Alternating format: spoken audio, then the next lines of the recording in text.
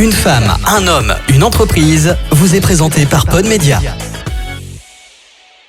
Bonjour à toutes, bonjour à tous et bienvenue dans votre émission Une femme, un homme, une entreprise. Aujourd'hui, nous avons le plaisir de recevoir Marcel Rani, président de la société Rani. Vous êtes également président de l'UIMM de Côte d'Azur et ambassadeur de la French Fab 06. Bonjour monsieur Rani. Bonjour. Présentez-vous et parlez-nous de votre parcours professionnel. C'est un parcours d'autodidacte. J'ai commencé il y a très longtemps, à 14 ans, et puis je me suis fait sur le tas et j'ai gravi les échelons. Et aujourd'hui, j'en suis le président, mais je suis aussi vice-président du syndicat de l'éclairage, qui est une association de fabricants qui font le même métier que moi. Présentez-nous donc Rani, votre entreprise, son positionnement, comment vous démarquez-vous ? Alors, l'entreprise Rani, c'est l'entreprise qui existe depuis 96 ans maintenant, bientôt centenaire. On a toujours passé les étapes gentiment, lentement, mais sûrement. Et on a toujours été dans la durée. C'est une entreprise familiale. Donc, aujourd'hui, j'ai mes deux fils avec moi, Jean-Christophe et Stéphane, qui reprennent le flambeau à mes côtés pour l'instant, parce que je suis encore là, mais qui sont déjà très impliqués. On fabrique du matériel d'éclairage public. Donc,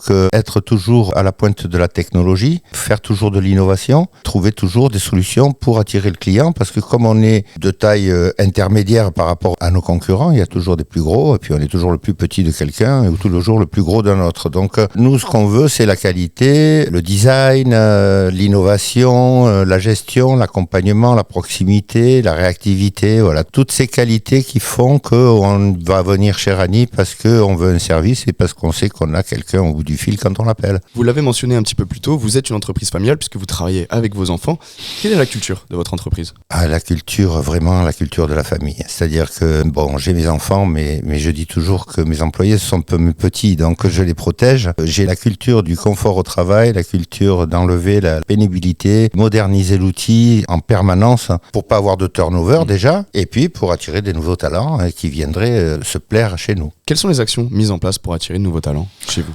On a fait des nouveaux bâtiments high-tech avec une salle de sport, avec des horaires aménagés, avec un design qui leur convient. C'est eux qui ont organisé leur bureau de façon à être le plus dans le confort par rapport aux métiers qu'ils ont autour d'eux, puisqu'on sait que l'industrie, c'est des dizaines de métiers et il faut toujours que ce soit très très fluide. Donc on est très à l'écoute, on a mis en place la participation avant que ce soit obligatoire, donc c'est toujours intéressant pour l'employé. On essaye de bien les payer aussi. Avec la motivation, on arrive à faire des résultats et on permet aux gens de gagner bien leur vie. Vous portez une grande importance au Made in France. Dites-nous en plus. Alors, je suis un fervent défenseur de l'industrie française, d'où ambassadeur French Fab et d'où président de l'UIMM, parce que je trouve que ça a du sens avec mon discours. Et j'ai tendance à dire qu'il vaut mieux acheter en France, même si c'est un petit peu plus cher, ça dure plus longtemps. Et puis, on peut avoir toujours un lien avec le producteur. Donc, moi, je fabrique un maximum. Alors, malheureusement, il y a des produits qu'on peut pas fabriquer en France parce qu'on ne trouve plus les fondeurs, toutes ces grosses entreprises qui, à une certaine époque, polluaient beaucoup et qu'on a mis hors du territoire français pour aller polluer ailleurs. Et ces gens-là sont partis ailleurs. Donc on est obligé de prendre ailleurs. Mais en tout cas, tout ce que je peux fabriquer en France, et d'ailleurs j'ai encore toute une fabrication de tôleries, de tous mes luminaires traditionnels qui sont faits sur place,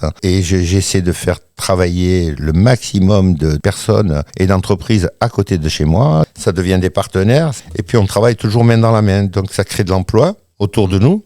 Quand on sait qu'un emploi créé, c'est 5 personnes qui mangent, je trouve que ça a beaucoup de sens. Et acheter français, c'est créer de l'emploi, créer de l'économie. Et quand on crée de l'économie, on crée des impôts, on enrichit le pays et fait tourner l'économie. Vous êtes, vous l'avez rappelé, le président de l'Union des industries et métiers de la métallurgie.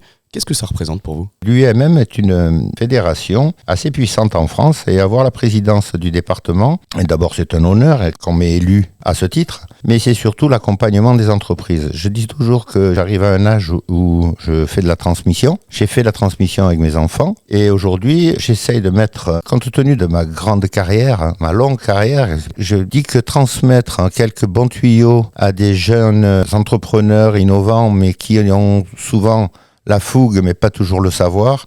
Je dis pas que j'ai le savoir, mais en tout cas, je peux les accompagner et les aider un petit peu, quelquefois, pour rencontrer les bonnes personnes, pour agrandir leur bâtiment, pour innover aussi, et puis pour gérer leur entreprise avec des bonnes recettes que j'ai eues tout au long de ma vie. Donc, je trouve que ça a du sens. C'est une façon pour moi de laisser une trace de mon passage dans l'industrie. L'industrie, c'est ma vie, donc c'est ma passion. Je continue autour de ça à essayer d'apporter le plus de solutions possibles à mes adhérents. Un dernier mot à nous faire partager? Si je pouvais résumer en quelques mots ma vie de chef d'entreprise, c'est que la passion m'a toujours animé. Donc j'ai jamais eu l'impression d'aller travailler, j'ai toujours pris plaisir. Et quand on arrive à faire quelque chose qu'on aime, c'est juste extraordinaire parce qu'on sait pourquoi on se lève, on n'a pas de rancœur, on n'a pas de stress particulier. Je dis pas que j'ai jamais été stressé parce que quand on est industriel et qu'on doit livrer dans les temps avec des délais et des pénalités de retard, on préfère mettre la pression et le stress nous permet de mettre la pression. Mais avoir un stress positif, c'est pas gênant. Mais le stress angoissant qui vous donne des crampes d'estomac ou voire des infarctus,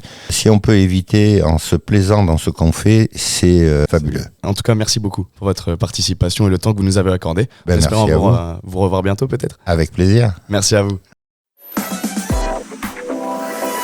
Une femme, un homme, une entreprise. L'émission économique de la Côte d'Azur vous a été présentée par Pod Média. Pod Média, créateur de podcasts et de web radio.